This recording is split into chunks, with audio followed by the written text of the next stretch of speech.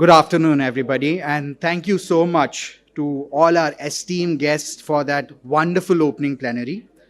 Uh, and thank you to the distinguished speakers who've come here and graced us with their presence for the entire day, and all the partners of eFast.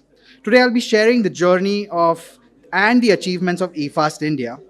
And what I want to speak about is India's road freight sector is at a critical point in its decarbonization journey.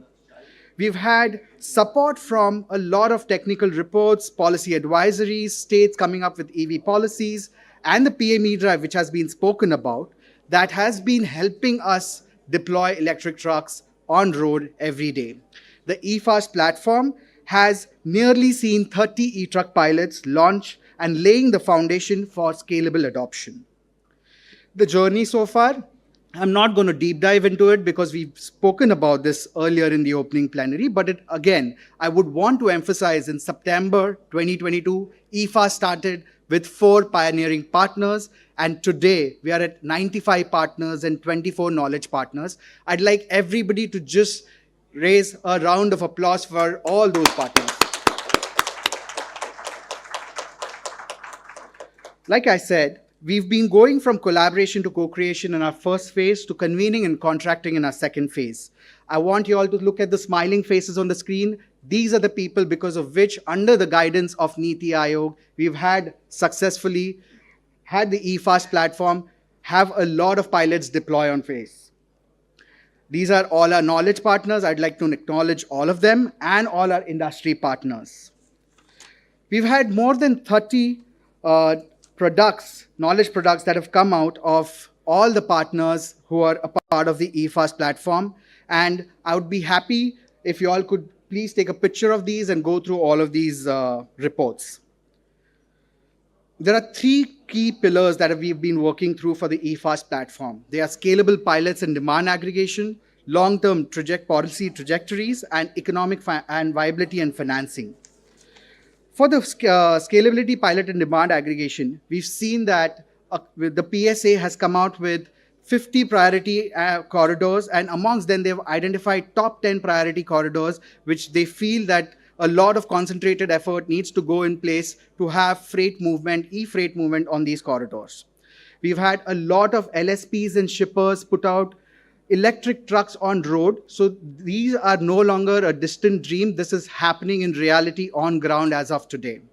The second pillar, long-term policy trajectories. The PSA also launched the 30 policy advisories, which take into account different buckets where concentrated efforts, policy interventions need to be taken by different partners and different stakeholders inside the ecosystem. And finally, the economic viability and financing. We've launched a lot of our KPs, our knowledge partners have launched tools, guidebooks, and dashboards to help the economic viability and financial mechanisms put in place for having e-trucks on road. Finally, I want to just very quickly speak about how we've changed from having just a demand signaling in place in 2022 to today, where we have more than 30 plus pilots on ground. And that is what eFast 2.0 would be looking at to keep working towards our 10,000 trucks by 2030 target. That is all from my end. Thank you so much. I would give away the mic to Shri again. Thank you. Thanks, Kaustubh, for highlighting all the success that eFast has been able to have. We will definitely look forward to seeing how eFast 2.0 will drive the future of tomorrow. Now we would like to step into the first session of the day, which is basically on the operational insights and the business models for e-truck. Over the past few years, we've been able to pick up several learnings from various e-truck pilots that have been conducted across key routes. It's imperative that we synthesize these learnings and define the business models to make these user-centered and deeply focused on solutioning at scale. I would now like to invite the co-host and the moderators for the sessions, Ms. Preeti Shukla, Program Manager at Shakti Sustainable Energy Foundation, and Ms. Saudamini Zutshi, Business Development and Partnerships Manager at Purpose, to take up the stage as the moderators for our session. Can we have a loud round of applause for us panelists and moderators? As I call on to the stage the distinguished panel of experts, I would request all of you to join us in welcoming them with a loud round of applause. Shri Dheeraj Srivastav, Chief Engineer, Ministry of Power. Shri Prasad Phadke, Strategy Head, Tata Motors. Shri Ashbir Singh, Director, iBoard Mobility. Can we have a round of applause, guys? Shri Achint Kaul, Vice President, Mobility Transformation and Strategy, Safe Express. And lastly, Shri Pramod Sharma, COO, HEV Business, Sun Mobility.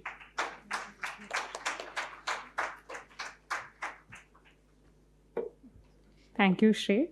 Good afternoon, everyone, and a very warm welcome to the session on operational insights and business models. It's wonderful to see a diverse set of stakeholders gathered here in advancing e-trucking in India. While a lot has already been said, but just since I have the moral responsibility of setting some context, I would like to take you quickly through some numbers and some background on how the Indian freight sector has kind of evolved. We're currently at an inflection point. While trucks only constitute 2% of on-road vehicles, they contribute 40%, and I'm sure we've been hearing this since morning. But if India is to reach net zero by 2070, the various studies and partners out here have put out evidence that we need to have 80% of the trucks being electric. So this makes operational viability and business innovation at the center of the conversation. And over the years, eFast India platform has had meaningful progress. We just heard Kaustubh taking us through the journey of how from a four-partner platform we've evolved to, all of you in the room today.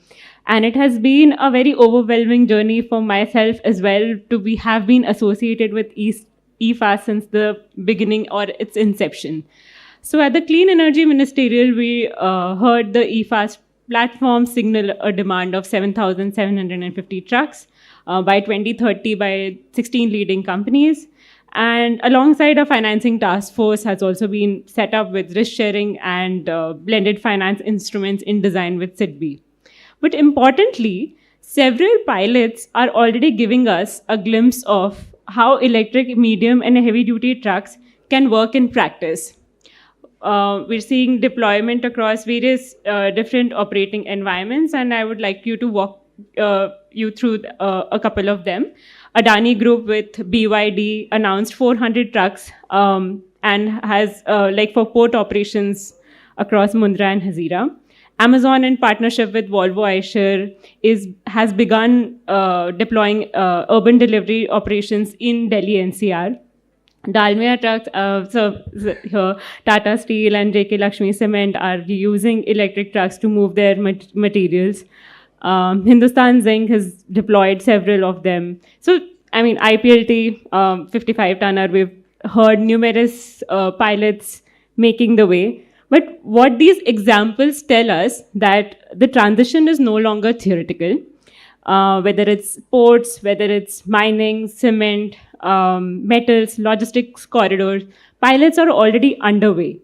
And each pilot is generating critical operational insights on duty cycles, payload optimization, charging downtime, financing risk, route flexibility, and it varies from case to case. And that must inform the business models that we design. And that is why today's discussion is so important. We are privileged to have on this panel a policymaker's perspective from Ministry of Power, an OEM lens from Tata Motors, the logistics service provider's voice through Safe Express, a technology and business innovation view from Sun Mobility, and the market entrant perspective from iBoard Mobility.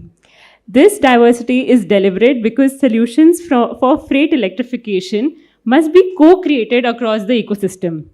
Through this session, we will explore two layers: the user layer, who are we solving for and what are the operational realities, and the ecosystem layer, what systemic shifts and collaborations and new actors are needed to accelerate the adoption.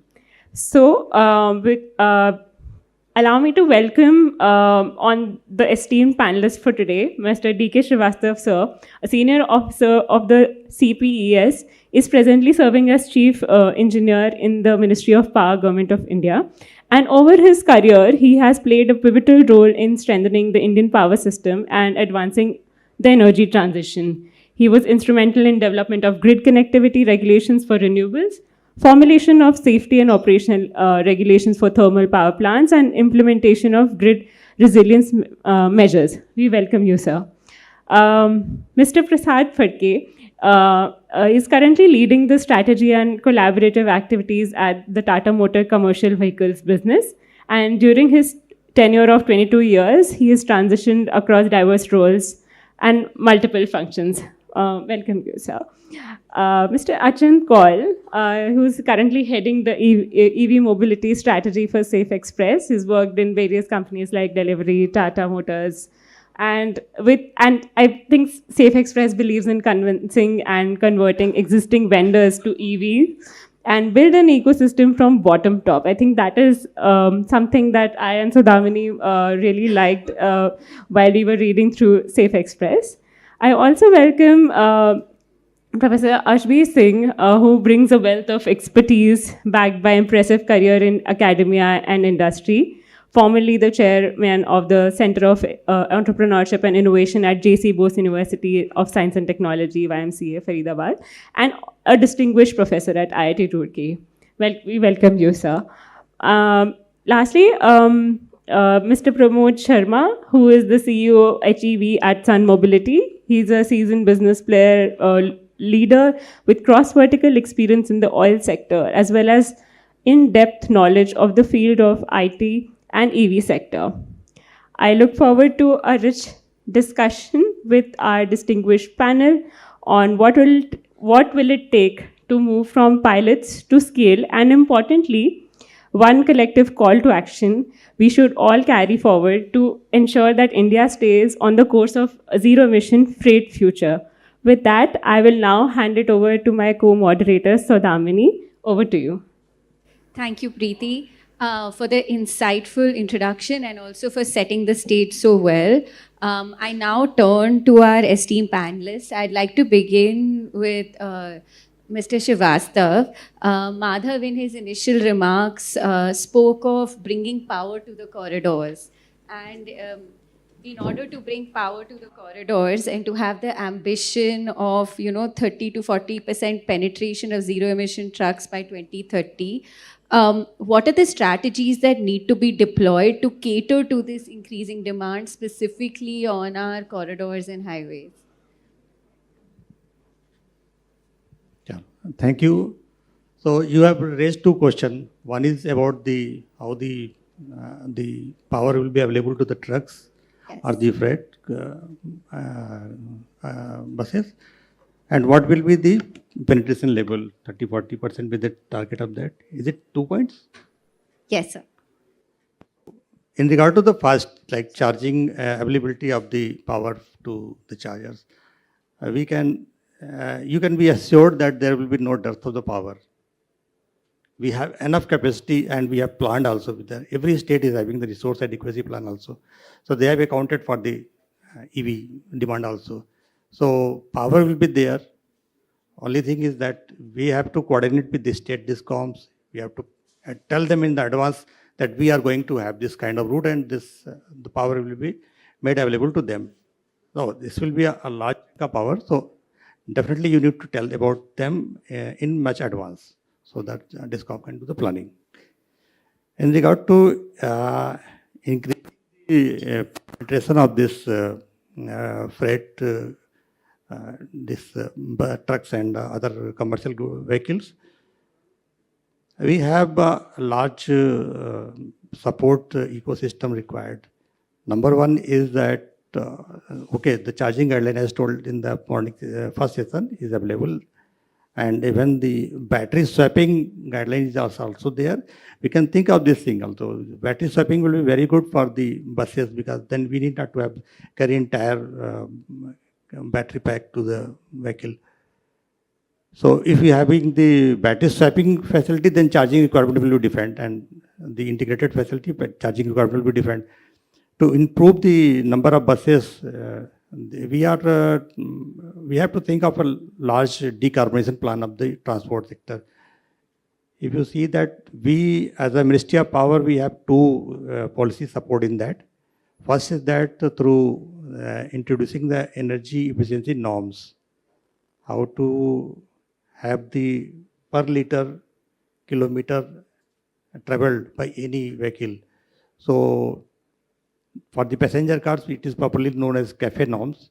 For the freight, this trucks and heavy duty vehicles, we are directly going for the liter consumption. So there was 2 cycles, and that is now next cycle is coming, and we are discussing with the stakeholders to reduce the consumption.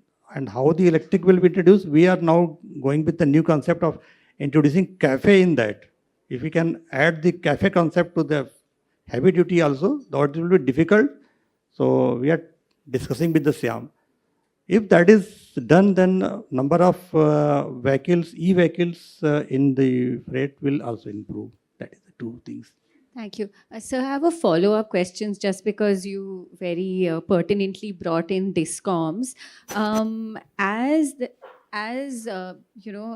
These business models emerge, is there any revenue generating opportunity even for these discoms?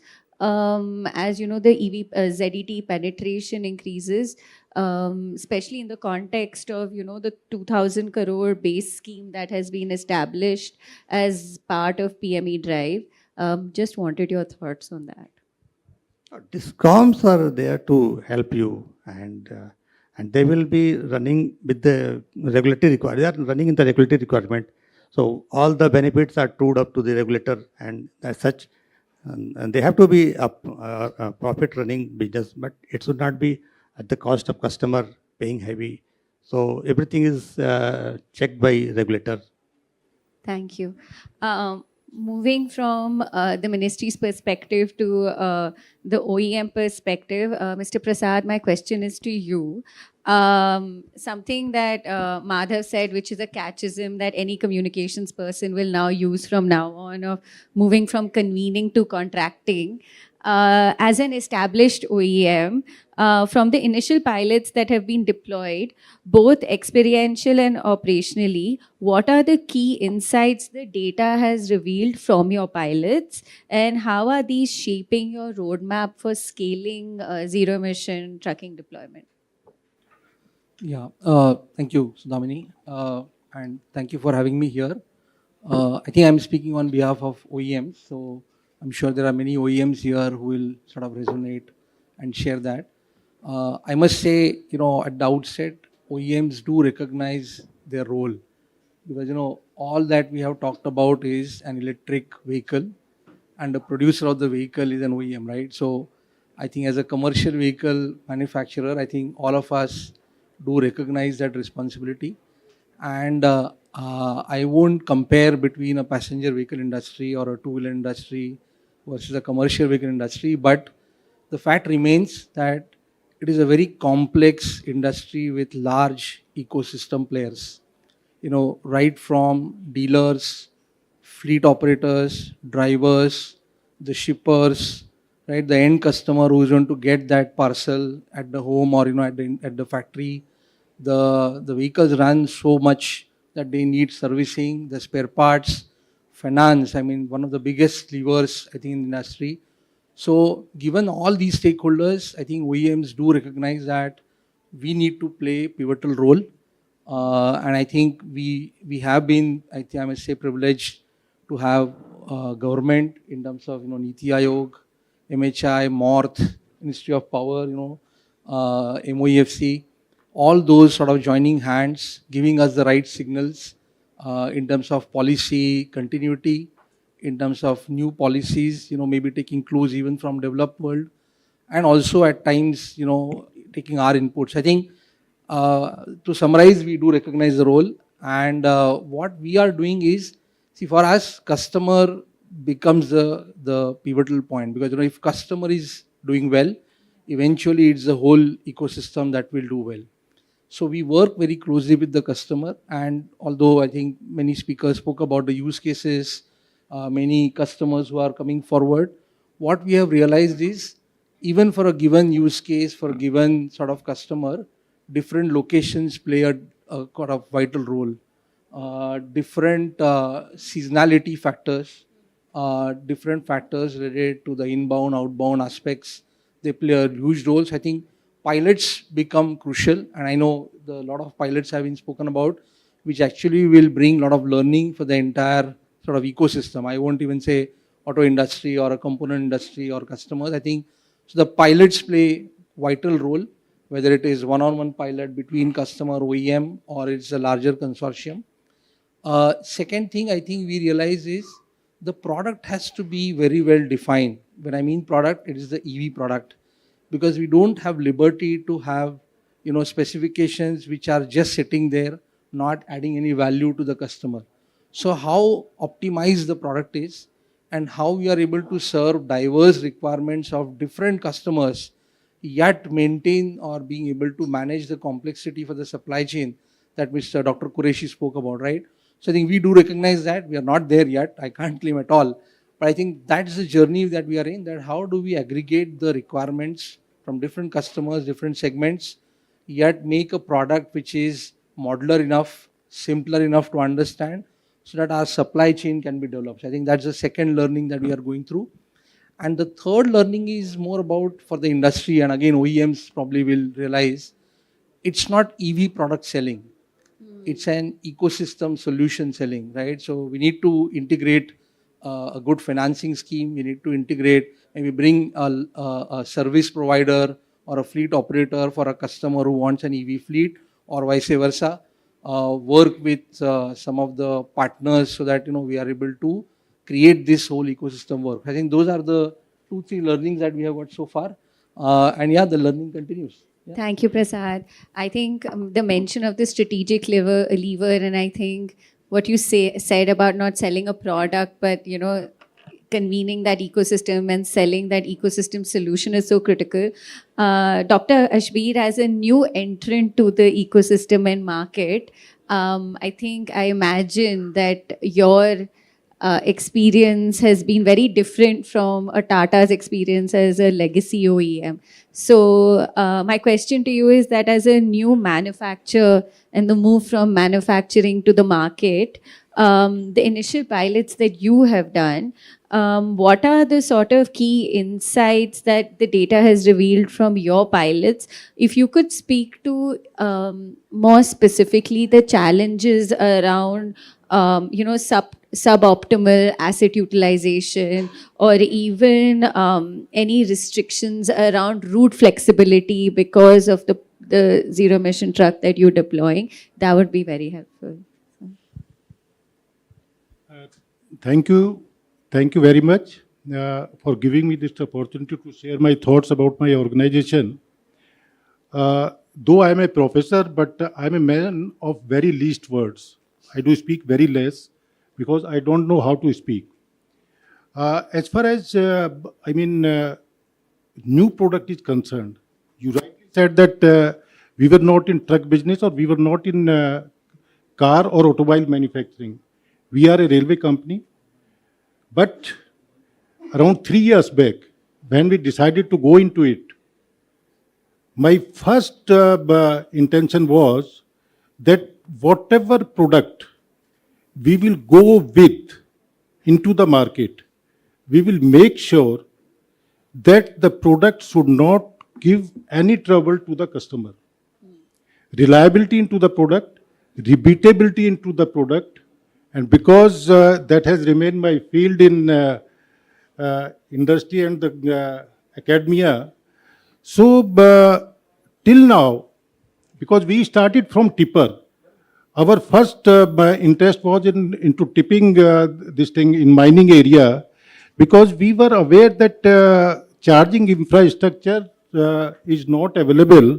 So first we should attack tipper, and I think everybody will agree with me that we are the first tipper manufacturing company in India, and we have already supplied our product what you are talking about, proto and pilot, I personally feel that we should not give any feedback or we should not go into the market until unless we check our product that in spite of running for so long, problem is not given by the product at all.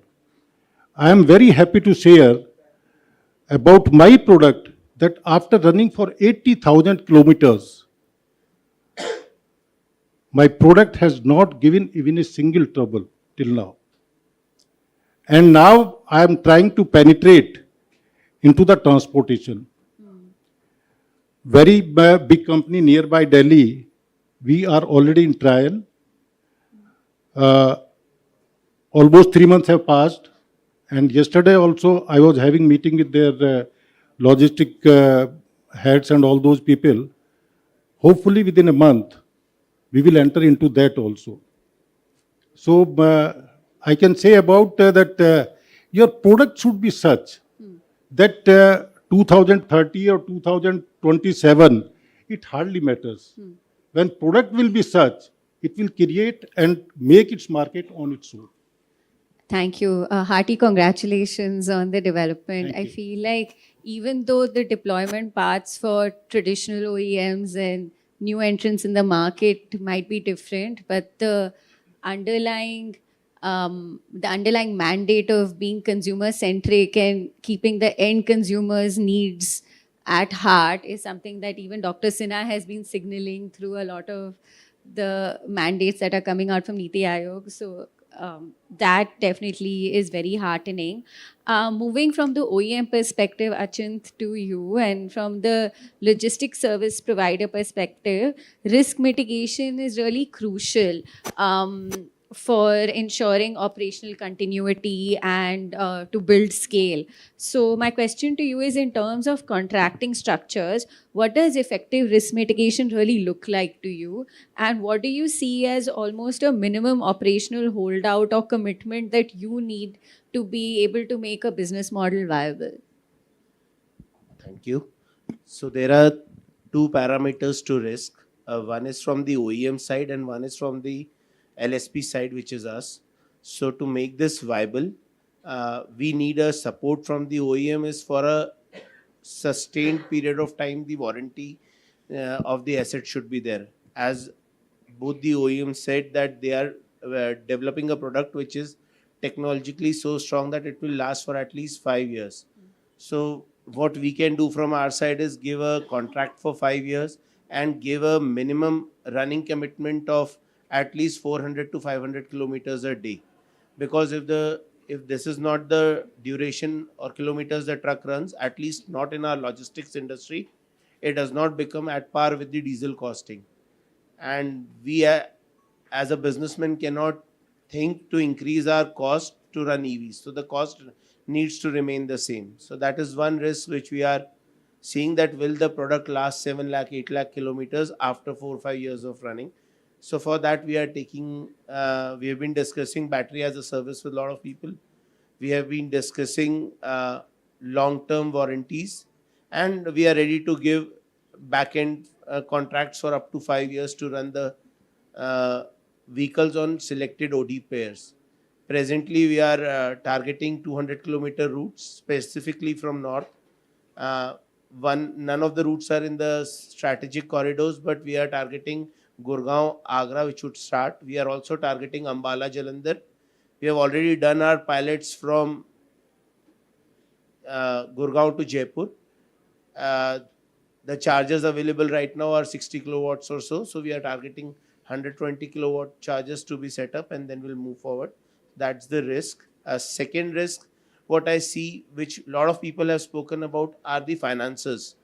So what presently is happening, people who have come up with a complete electric vehicle supplier kind of a product, those are funded and those are more well versed with the product, so they are ready to deploy, but the existing transporters are hesitant to move.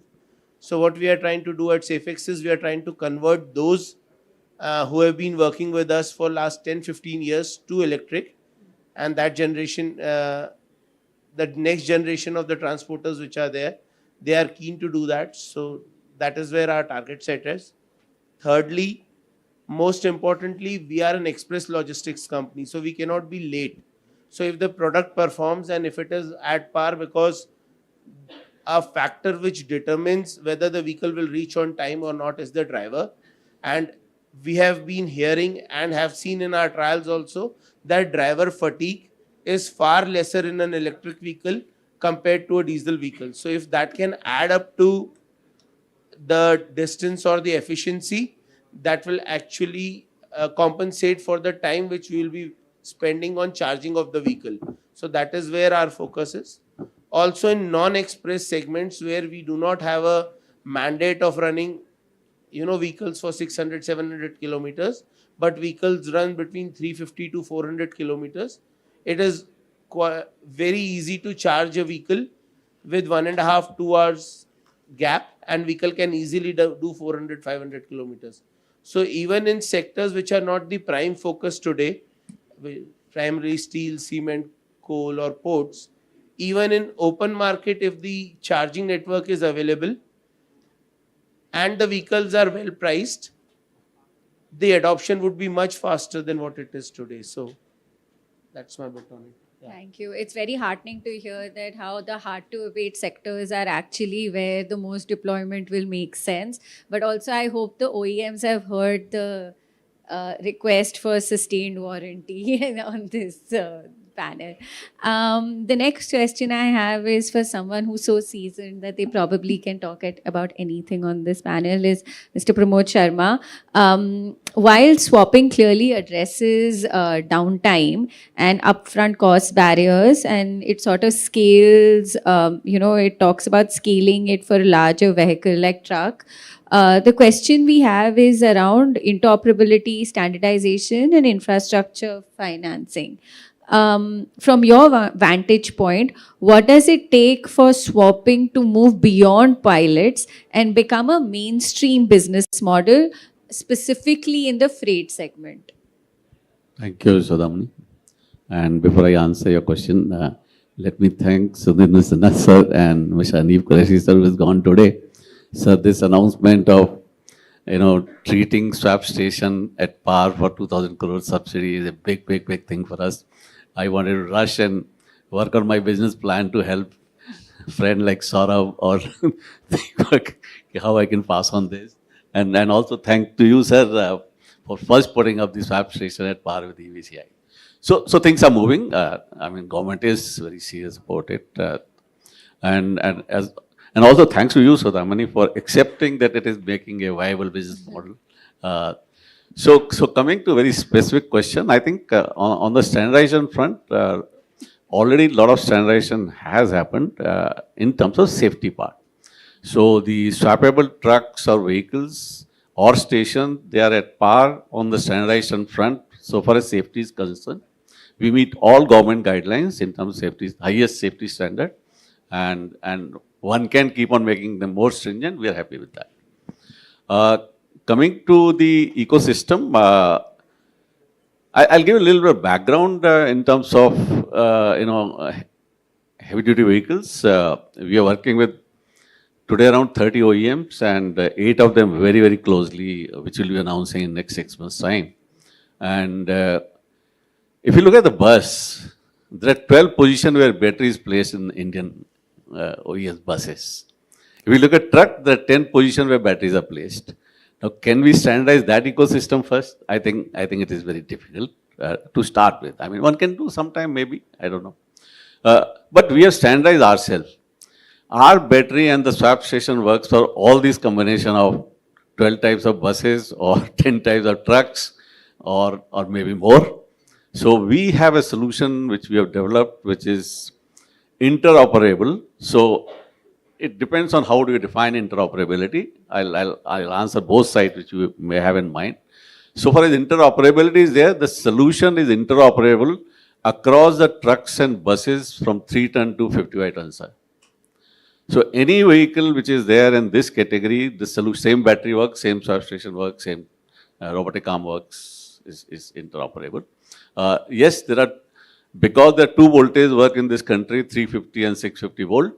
For the lighter side, it is 350 volt, and on the higher side, it is 60 volt. So I have two types of batteries to meet that requirement. So interoperability from our perspective, it works. If my battery is working across the OEMs, across the vehicle segment, it is working. I think second side of interoperability which you are talking is, can a battery of one OEM can go into battery of second OEM? There are challenges which needs to be first answered before we probably look into that. Worldwide, it is only the safety standards which are kind of standardized. On interoperability, I think it'll take time. I'm not saying it will not happen. It'll take time. Because important thing is today we do not know which chemistry will work finally. We are working with NMC, we are working with LFP, we are going to test LFMP and and many more. Then Aluminium Air, our joint venture partner, Indian Oil, is having Aluminium Air with them. So important thing is which chemistry work, because every chemistry is requiring different kind of thermal management system. So can we handle that in one battery system or one ecosystem? I think those needs to be answered to start with. So again, going back to standardization, what we believe in will work or is already working is, can I have safety standard across the ecosystem? Yes. Can I have responsible disposal norms for the battery which we are using in the system? Yes, we can do. And can I help decarbonizing the sector? Yes, we can do. And second question was about financing. We have seen our customers are not finding problem of the financing. Primary problem of the financing is coming when financer has to look at the battery as a part of the vehicle. We are detaching the battery is on our books. So he is not having problem in getting finances. We have some customer we already signed, and they are getting financed at par, at competitive rate, just like IC vehicles. So because financer does not have to worry about the battery obsolescence, performance, lives. So that's on our book, so that's taken care of. And so far my infrastructure financing is there. That in any case at company level we have taken care of. We have investor like Indian Oil, which is a public sector giant. They have taken a decision to invest. So infrastructure which we are going to we are providing or developing, financing, we don't see much problem on that problem. Thank you. Thank you. Thank you for covering all the pillars of interoperability, safety standardization, and infrastructure financing. Our next question is a common question to all our panelists, which is that in your view, what is the one call to action to the mobility and zero emission trucking ecosystem that you'd like to give, which is a sort of action point for us to move forward and work on together? So if we could start with Mr. Srivastav. My first action point will be that OEMs has to come out with the better product and improve the scale so that cost is coming down and the transporters are able to take it. Because in India, the transporters are not of very big size. So they are having 2-3 trucks or more than that, as per my understanding. So OEMs has to come forward. Achint, if you could go next. See, we would need help on the tolls. If you could do something on the tolls for electric vehicles, the adoption would be much faster. And one small request again, that toll is one part of the game. The second thing where we need support is that the pricing of the vehicles is 4 times the diesel vehicle. So the burden to get the vehicle, loan free, finance free, takes approximately 6 to 7 years. And that is not the warranty which the OEM is giving as on date. It's not more than 3 to 5 years. So these 2 parameters, if we can look into. Thank you. Thank you. Mr. Sharma, if you could share. I think ecosystem is ready now. We have to deliver. That's what I believe. But what is the one thing that we should move forward in? Like you've already said that you're going to go make your business plan. So what is the one thing that we should start work on today? I think the recognition has taken place, and also if the demand side incentive can be included for the battery swapping vehicles, it will be of great help, sir. Great. That's the only thing we require for time being. Mr. Prasad, if you could go next. Yeah, I think several call for action on us. So take that first of all. I said we do recognize. I think one thing if we can do collectively as an industry or ecosystem are look at those applications where we all will have it win, win, win, win. I mean, you can add all wins, win for customer, win for OEM. So the short hauls, the captive applications, maybe municipal applications, all are ripe for electrification, whichever way you see, fixed battery, swappable, I mean, doesn't matter. I think so. I would say that if we keep focusing on those, so OEMs work on those products, customers look at those applications, government continues to help us in those applications. I think if everybody starts focusing on those sweet spots, I think that will help us move forward together. Professor Ashby, the final word to you. I personally feel that because somebody said from the group that running of the vehicle is very, very important. So in case for electrical vehicle, this no entry concept, if it is demolished, I mean electrical vehicle can move in any way of the city at any point of time. I think we will be able to save the time, and then viability of the product will also improve. Point well taken. I will now hand over to Preeti to sum up the conversation that we've been having from the last half an hour. Can we sum up and then So thank you, Sudhamini, and the esteemed panels. I think one major call to action that I hear is the toll waiver that I think has been a critical intervention as one of the 30 interventions in the Bharat Z policy roadmap as well that was launched last year by the Office of the Principal Scientific Advisor and NITI Aayog. And also to Ashbir sir's point on the entry-exit being kind of barrier fee for electrics. I think both the interventions have been accounted for in the 30 interventions, which are very critical in terms of advancing, Z in India. To just sum up on from the policymakers' lens on the Ministry of Power, Mr. Srivastav spoke that we have enough capacity in terms of electricity and the decarbonization plans are in place. But in terms of accelerating the Z, we would need the CAFE norms also to be implemented in a fast-track manner. We heard from Mr. Phadke on 3 learnings that pilots play a pivotal role, and the product has to be defined with proper ecosystem solutions being in place. Ajint, to your point on, building a risk mitigation, the warranty of assets have to be in place. Since you have, as a logistics service provider, you have to deliver things on time.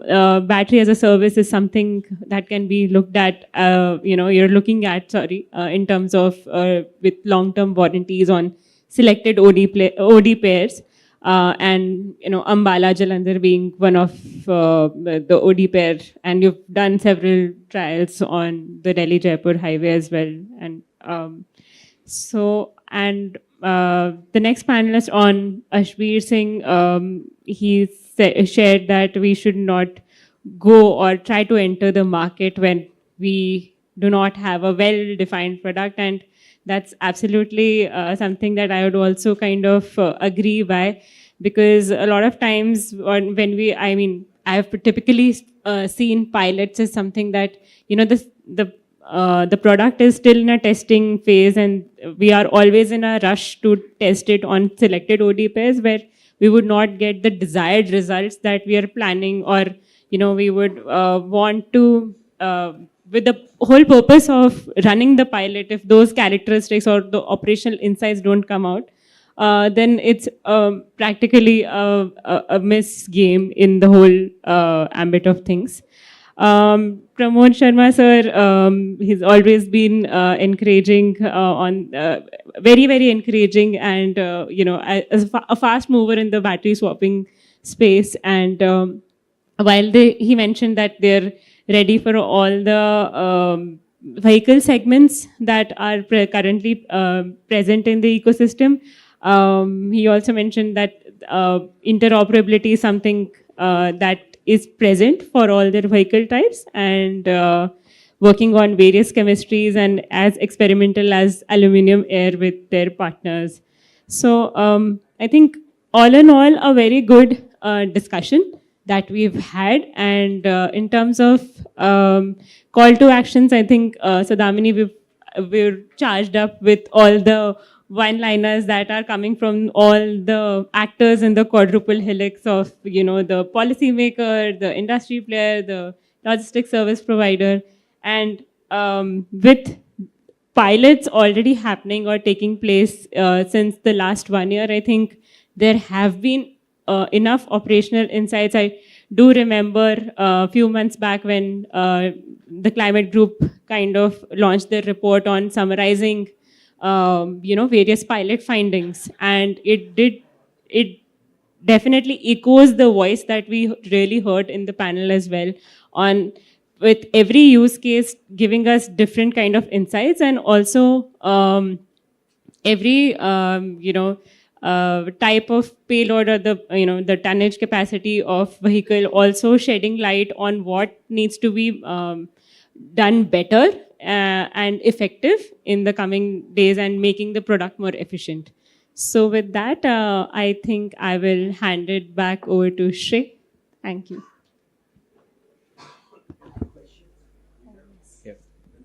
Yes, sir. Yes, sir. Yes, sir. My name is Giri Sethi. I have two questions or maybe three, if you allow me to ask. The battery swapping. This battery swapping will be classified as a services or as a product. This is my one point. Second point is the cost of charging. One nation, one tariff will be there, or there will be a domestic tariff, commercial tariff, or industrial tariff, or special rate for the electric vehicle charging. And my third point is the battery OEM. Will there be any standards to be formulated for the capacity standard, so that the uniform standard of the battery will be there? Because the battery swapping means a full battery and giving you the another battery, replacing the battery, you can say. So there will be a uniform standard of the battery, size and capacity, everything. Thanks. Thank you.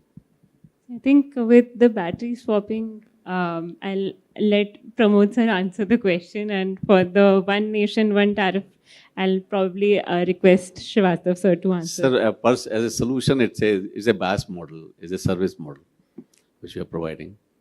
And coming to your question of standardization, I'll take a two-wheeler solution for understanding simplicity, because we have already experienced that. We have around 15 OEMs with us in 2 and 3 wheeler segment. Now, all these OEMs have different use cases for their end customers. You have OEM with a low speed two-wheeler. You have a high performing, high speed two-wheeler. You have a e-rickshaw. You have a loader. You have a 3-wheeler passenger auto. Now, their all requirements are different. Now, the low-end guys, so the requirement of battery in this country is, from the user perspective, is from 500 watt to 8 kilowatt. How do you put in this energy into one battery size? That's the question. And so you are basically limiting choices for the end consumer when you're trying to put all these size into one size, So I can give maybe 2 kilowatt of battery max, 3 kilowatt in a particular dimension. I can never give 8 kilowatt where the young generation is there, which is, right now we are talking only scooters, which is only 35% of the market. 65% market in this country is motorcycle. You require much higher power, much different batteries. So that is one part. And similarly, in the truck and bus segment is there. I can't have a very high capacity battery for a 5-tonner truck. So those are challenges. Thermal management, I mean, when you do this standardization of batteries, second part is interoperability, which you're talking. Giving an example, we have a system whereby we expect, when you're using the battery, it is coming at 45-degree kind of temperature after use, right? And when you're charging, again, it goes up. Even you reduce the temperature, when you're charging, the temperature goes up again. Now you have in this system, I mean, in 2 and 3 wheeler per se, I'll say, because HEV segment is relatively new in this country, but 2 and 3 wheeler, you have 25 players working in battery swapping in the country. So they all have their own technologies. They all have invested as part of whatever customer segment they are attracting. So if e-rickshaw is a customer, is a different customer segment. If it is a e-passenger Bajaj Auto is a different customer segment which you are attracting. Now, when you go, so similarly, a swap station where battery is charged, I'll give one simple example. When we are charging our battery in our technology, we do fast charge. What we do is we cool down the battery from 45 to 26 degrees Celsius, do a fast charge, and again cool it, and then deliver it to customer. Now, if you have somebody whose customer requirement is not so stringent, e-rickshaw, I mean, normally they give at 30 degree, 35 degree, whatever is happening in the market. So, those batteries, if they're coming in my swap station or my battery is going to their swap station, that is where these differences start coming in. That's what we are trying to say. We are not saying that battery size, customer choices are getting limited actually when you're trying to fix the battery size. Just allow me to say, every battery has a life. Okay. Yeah. New battery and old battery, or after 5 years the battery life is there. Okay. And second point, the commercial vehicle battery, the safe battery swapping will be safe for the 2-wheeler, 3-wheeler, or will have a different concept. In a battery swapping, customer is not paying the battery for the battery. It's on book of the battery service provider. The battery service provider. So whether the battery is 60% charge, 50% charge, life is 2-year-old, 5-year-old, for the customer angle, it doesn't matter. I'm taking care you're running in one go is 60 kilometers, let's say. I make sure you run your vehicle for 60 kilometers non-stop. That's what the technology is all about. So everything is on my books. You don't have to worry about how the battery is performing, degrading, not degrading. If accident happens, it's not the OEM who is responsible. In our case, we are responsible if accident happens because of battery. So all those are the part of the ecosystem which we have developed, and all players are following the same ecosystem. I think we'll move to the other question that the gentleman had on one nation, one tariff to Mr. Srivastava. And with that, we can. Yeah. One nation, one tariff in regard to, if you see the federal structure of the country, the power comes under the concurrent list. So state is one entity and union is also one entity. Particularly distribution is given to state. So it's a separate state has different tariff. Based on their regulators decide the tariff. What are the losses, what are the customers, what are the industrial tariff, what are the cost subsidy and everything. Accounting for all, the tariff is normally decided for different category of customers in a particular state. Insofar as the EV segment, Ministry of Power has given a very clear guideline. And you will be happy to note that we have not given any industrial tariff. We have suggested the states to adopt average cost of supply, ACOS, we say it is. So what will be the average cost of supply? The charge will be given to the customer. So it is up to the charge point operator, because they are owning the land, they are owning the capex of the charging station, particularly the trucks. The charging station will be heavily sized. It will be around 240 kilowatt, not less than at least 120 kilowatt. So that kind of charging station, the charge point operator will also try to recover that part also. So, and the third point is that it will be a single part tariff. Normally, all the customers are given 2-part tariff. One, they have to pay the fixed charge, then we have to. But in case of EV, we have suggested to go for a single part tariff. So 3 benefits they are giving.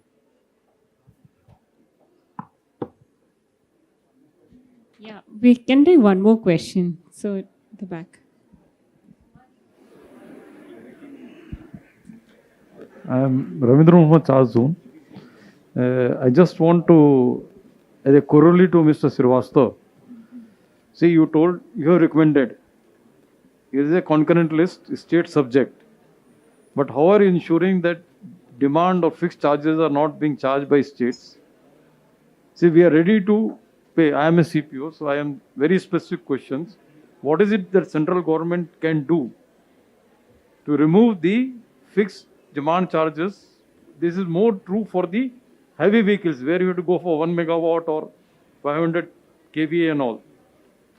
For 60 kilowatt car and all, it was not that much because everywhere you were able to adjust in the LT power all the states. Is there anything happening where Power Ministry can push states, Maharashtra, Tamil Nadu, where EV adoption is most? Tamil Nadu increased 305 rupees per kVA. Can we survive as CPO? Question to you, is it anything happening in government on those lines to do it? And That problem we are aware of that, and because I have already told we have to persuade the states because states are basically governed by electricity regulatory commission of that state also. So whatever the charges they are fixing, that is they are not on their own wishes. They have to go to the regulator and tell them that these are the segment. But definitely the guidelines of the ministry, we are asking them to go and facilitate the charge point operator. We have very intense discussion with the charge point operators and as well as the discoms also.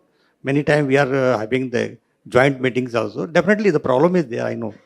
And this To is what will add- stop. This will actually stop halfway. पूरी बारात चल रही है रुक जाएगी अगर इसमें जल्दी कुछ नहीं किया गया तो.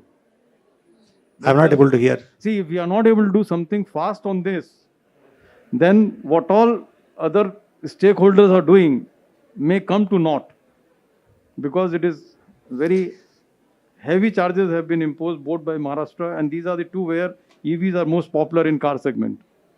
You see, the small passenger cars, okay, 140 kilowatt, we have asked them to remove the demand charges. But in case of 120 and 240, more than that, have been putting the 500 kilowatt also. Naturally, their state discom has to build the infra. So either normal customer will be charged or that, but anywhere the business and money has to be arranged. So already the discoms are in the financial not so good position. So naturally, this kind of infra development, we require the support of both and have the patience with the discoms also. And just to add, sir, I think Telangana is one of the states where they have waived off the LT charges. I think we can look at that as an example when we are talking about states. And Many states are coming. Okay. many. And Tamil Nadu is also very Yeah, fast forward. Yeah. Yeah, Maharashtra, there may be at some circles, there may be some issues. But in that we are already discussing with the discoms and trying to resolve whatever the possible with them. Thank you. I am not sure that if time will permit, but definitely discussions will be on during the lunch and the rest of the day. And been getting constant reminders to close this session. So yeah, over to you, Shri. Thanks, Preeti. Thanks to all the panelists for a super insightful session. We would now like to hand over a token of appreciation and like the moderators to do the same for all our panelists. And we'll proceed with the photo op immediately after. So right after this, we will have a photo op with all the knowledge partners. We have 24 knowledge partners who are present here. And as soon as that is done, we would then proceed for lunch. Lunch will be on till 2 p.m. And immediately after we start with the next sessions, please keep in mind that in the second half of the day, we have an award ceremony for most esteemed guests and the ones that have really performed well in the first journey. So would request all of you to be present during that time.